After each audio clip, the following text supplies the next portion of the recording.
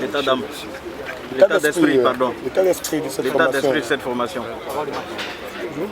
L'état d'esprit est bon. Maintenant, il faut qu'on soit conscient de ce qui nous attend là-bas à Monrovia. Ça va être un match difficile. Dans un petit stade avec un public chaud derrière, un terrain synthétique, une équipe de Liberia qui a tout à gagner. Donc, beaucoup de motivation chez eux. Donc, il faut qu'on soit bien conscient que ça va être difficile. Aujourd'hui, voyager en Afrique n'est jamais facile, mais dans ce contexte-là, ce sera aussi compliqué. Donc à nous, à répondre présent pour ce premier match. Alors coach, on subit toujours l'absence de cadre. Comment vous expliquez cela? Qui vous parle? Yaya n'est pas là, Bonnet blessé encore, et Palou qui s'ajoute à la liste, ça devient compliqué. Bien sûr qu'on a à faire face à ces défaillances, à ces problèmes de blessure. Maintenant, on ne peut pas aller contre la fatalité. Malheureusement, ça s'est passé le week-end dernier. On attend des nouvelles de Wilfried.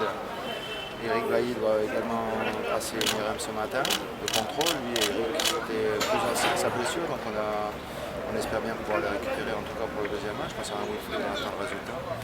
Après, concernant les autres joueurs, ça fait partie du jeu. Malheureusement, Thomas Touré s'est blessé en Europa League. Quelle consigne donnée à vos joueurs avant ce match contre le Liberia?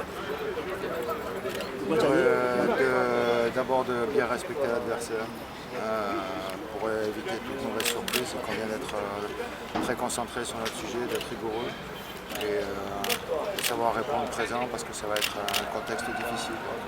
On va faire un match au dôme. Vous décriez l'état de la pelouse du stade Oufo-Boigny au soir du match Côte d'Ivoire-Cameroun en amical. Alors, comment trouvez-vous la pelouse aujourd'hui? Il y a eu des progrès qui ont été faits.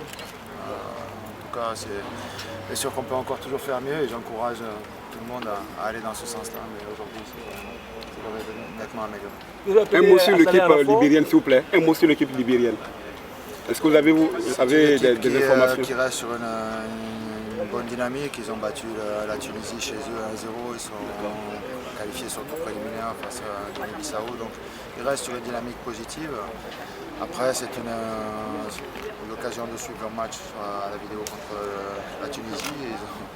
La Tunisie a beaucoup souffert, donc c'est pour ça qu'on doit rester très très prudent et très concentré sur notre sujet. Ça avait un enfant, je pense que tu peux faire l'affaire. Sinon, je ne l'aurais pas appris.